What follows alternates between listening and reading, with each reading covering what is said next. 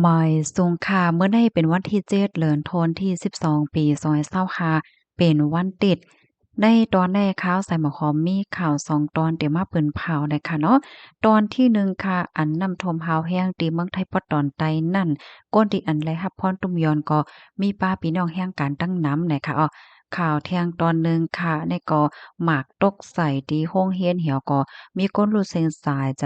เป็น50ปลายเนี่ยค่ะในนั้นก็ป้าลูกอ่อนครึ่งปลายเนี่ยค่ะอ่อนดังเปิ้นได้เข้ามาถ่อมด้วยข่าวโหในกำเหลียวเหย้าเนี่ยค่ะเป็นที่สุดานค่ะพี่น้องเฮาเมื่อในกำเหลียวเนาะวันที่7เดือนธันวาคมที่12ปี2025ได้มีข่าวเงาออกมาว่าไล่เกิดขึ้นเปิงเป็น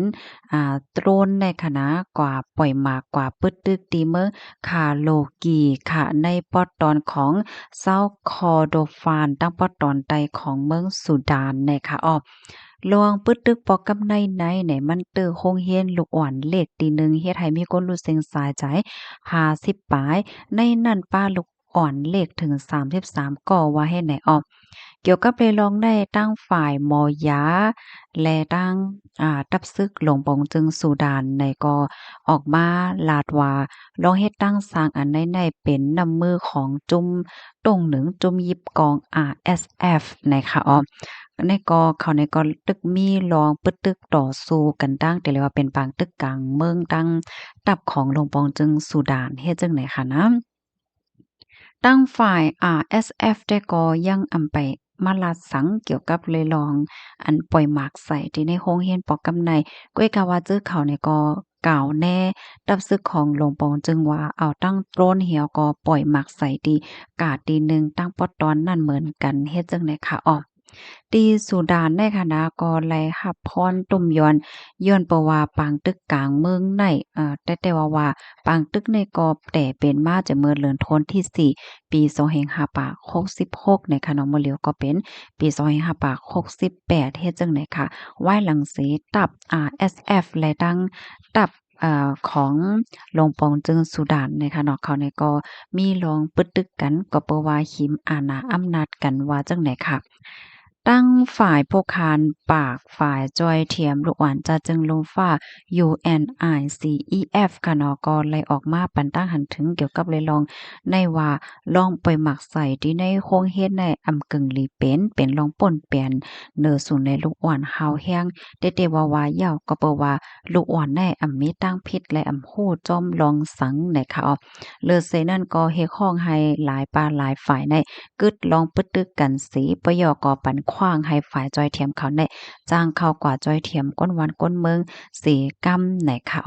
ค่ะในก็เป็นที่สุดานนะคะเนาะเป็นไว้ปางตึกกลางเมืองตั้งปอตอนนั่นเฮ็ดจังไหนเนี่ยค่ะข้อมูลตอนในค่ะเลยปุยมาที่ห้องการข่าว BBC ออกไว้ในเมืองสุดานในคณะก็เตเลยว่าเป็นหนึ่งใน19เมืองอันหลงปองจึงอเมริกันแห่ห้ามไว้อยู่พ่องยามมื้อเหลียวในนะคะตั้งฝ่ายลงปอนจึงอเมริกันหันว่าหนังเฮอเดมีลองเตึกเคิกต่อลองข่มลมในเมืองนั้นเนี่ยก็เฮฮามอำปันก้นเมือง19เมืองได้ยืนย้อนวิสาสังว่าจังได๋มีลองเฮ็ดหามนั่นคั่นน่ะเนาะก็เปิ้นหันถึงว่าเมืองจื้อในก็ยังอำไปมีลองปกป้องเต็มที่จังได๋ว่าได้เป็นในตอนของป้ายปิงหญ้าป้ายอันหลวงปองจึงเฮ็ดปันเพิ่นเล็กเพิ่นหลายวัดไว้กุสำเสียนเปิงแหลจั่งไหนเนี่ยค่ะเนาะมันก็ยังตึกยุบย่อมอยู่ก็เปอไม่ใจโกจังเป็นเพโกจังตึกเคิกลองข่มลมในเมืองเนี่ยเสแลแห่หามไว้ก้น19เมืองในเฮ็ดจั่งใดค่ะเพราะว่าเฮาคำว่าด้วยก็เมืองหมังเมืองก็มันก็เป็นปางตึกว่าสังว่าจังหนังว่านั่นขนาดเนาะใน19เมืองนั้นป้าเมืองคมตมค่ะนะเลอเซนนั่นไหนเมืองลาวก็ป้าไหนค่ะลูกดีข่าวง่าวโหนในเหแลกำในเฮามาถ่อมด้วยข่าวแทงโหหนึ่งค่ะในก็นำโทมดีเมืองไทยปอดตอนใต้ในมีพี่น้องแห่งการค่ะดีอันไรรับพรตุ่มยวนป้าจอมเฮ็ดจังไหนค่ะนะ มื้อวันที่6เดือนธันวาคมที่12ปี2025ในค่ะอยู่ดีผู้สื่อข่าว The Reporter ค่ะเนาะไล่ลงปึ้นตีกว่าดีเข้ม ตีลือแห่งการในปื้นตี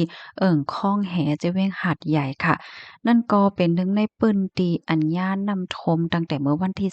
24เดือนธันวาคมที่11ตีป่นมาเฮ็ดให้แห่งการก้นมะหมตุ่มใน60ก่อค่ะไล่อ่อนกันป้ายก็อยู่ไว้ดีวัดคลองเป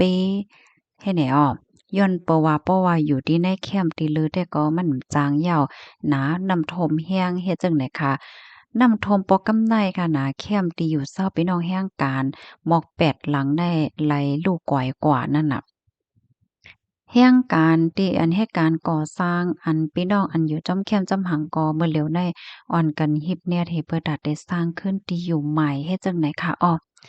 เกี่ยวกับเลยลองได้ฝ่ายตรงหนึ่งจอยเทียมแห่งการแต่หลายเจตอนเนี่ยก็ไล่เอาตั้งเครื่องใจโคตื้อว่าซังว่าเฮ็ดจังไหนกว่าจอยเทียมปันพี่น้องแห่งการอันญาเพในปอกกำไนเนี่ยค่ะเนาะแห่งการอันญาเพปอกกำไนมีอยู่หมอก3-4หมื่นก็เจอในเฮ็ดไหนออก เกี่ยวกับเลยร้องได้ค่ะอันเป็น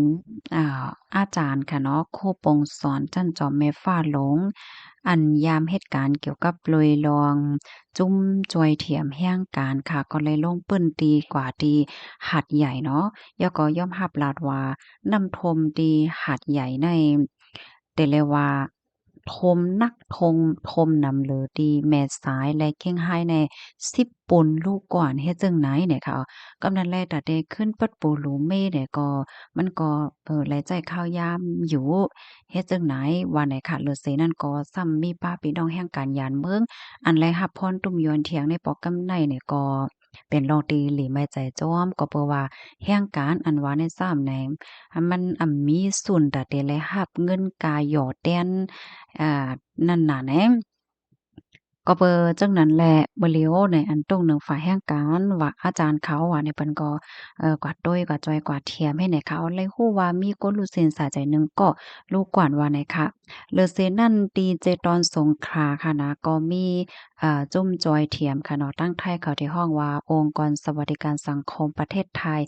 IPEC เนี่ยค่ะก็เลยเปิดศูนย์ประสานเปิดตาเก็บหอมตอมจู้โคกของเครื่องใจโคตื้อ จอยเถียมปันพี่น้องแห่งการตีวานนำกระจายในจังได๋ค่ะเนาะก็ยอมรับว่าก็จอยๆเถียมกันกว่านั้นค่ะน่ะพี่น้องแห่งการมาเจอก็มาเฮ็ดการที่หาดใหญ่ได้ถึง10 ปีปลายแล้วจังไหนเหย้าเฮ็ดไหนนั่นน่ะเนาะเขาก็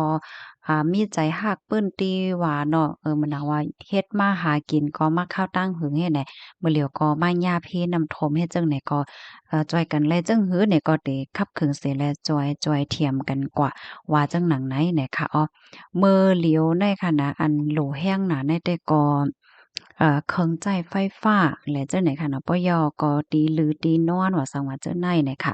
ข้อมูลตอนในค่ะเลยปื้ยมาที่ห้องการข่าวเตอรีโปรตาออกไว้เนี่ยค่ะเนาะยินจมก็ที่รับถอมปันแห้งค่ะย้อนให้อยู่หลีกินหวานและรอดเพ่กันค่ะดอกใบสงค่ะ